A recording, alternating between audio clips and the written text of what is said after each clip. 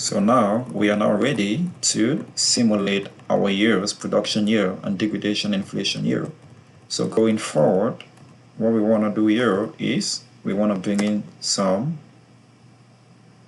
years. So we're going to say this year, assign the year to that. We go all the way up.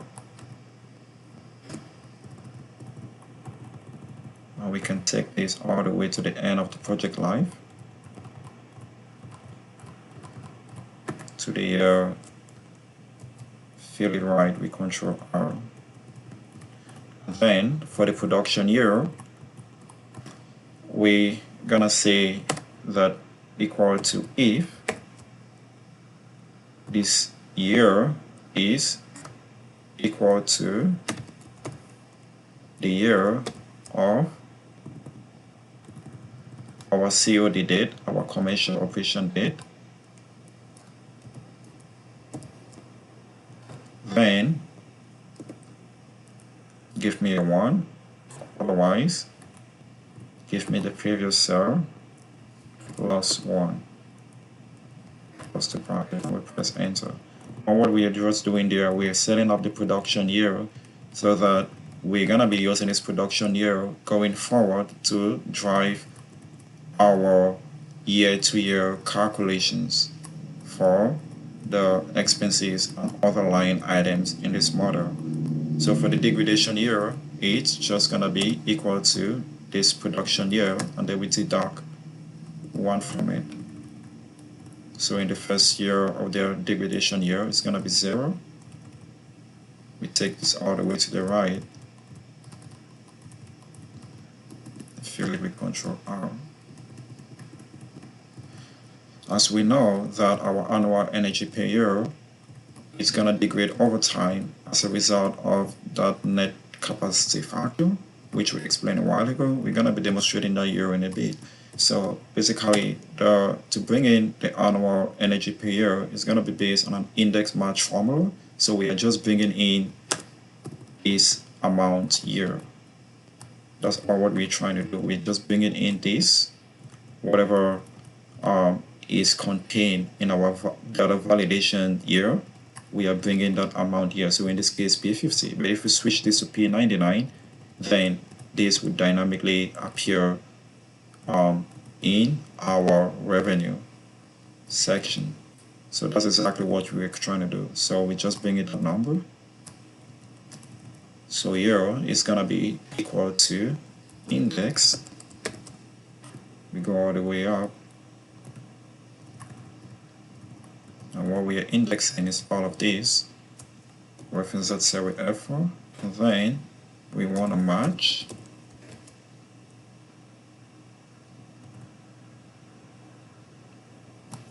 that production P50. We want to match that. There, we want to match it. We are trying to look for it here. So we're looking for the P50 here. Reference that with F4 and then comma 0 for an exact match. As you know, we close the bracket 2 times and we press enter. So as you can see, it's giving us that annual energy per year. But as I explained earlier, this must be affected by the degradation of our panels. As we know that conditions are not known every day, so we don't have standard conditions every day, and as such, the production will degrade over time due to UV exposure and weather cycles. So as a result of that, we have to take that annual energy per year, and then we have to multiply that by 1 minus our degradation formula,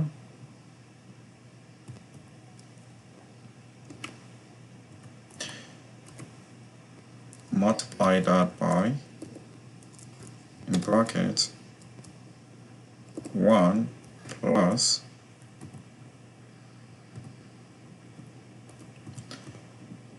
our degradation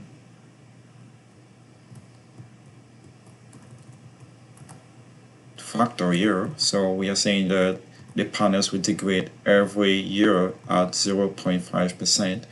It might be more, but the range is always from 0.4 to 0.75%. So we are saying that it might degrade up to this amount every year, and as such it will impact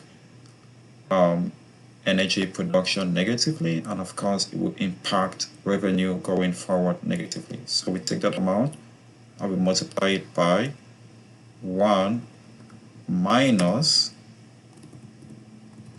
we have to subtract that, minus this degradation factor, which we reference with F4, and then we multiply that again by our degradation year, which in this case is 0. We close the bracket and we press enter.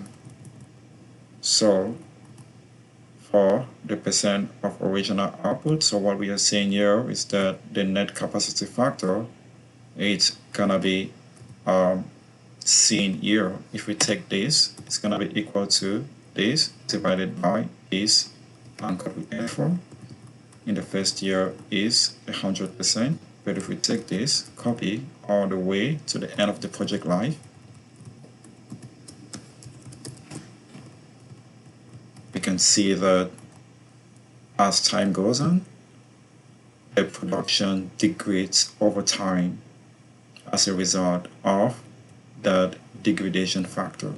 And you can see how it is degrading over time as we expect to the end of the project life. So as the year goes by, energy level diminishes, and of course revenue diminishes as well. So we're gonna be demonstrating the purchase price, power price, the power purchase agreement power price, and the post power purchase agreement power price in the next video. So hopefully this gives you a sense of how to estimate revenue on an energy project. You can apply this to any other energy project, not just photovoltaic or solar. So hopefully this gives you a go-ahead in estimating revenue for energy projects.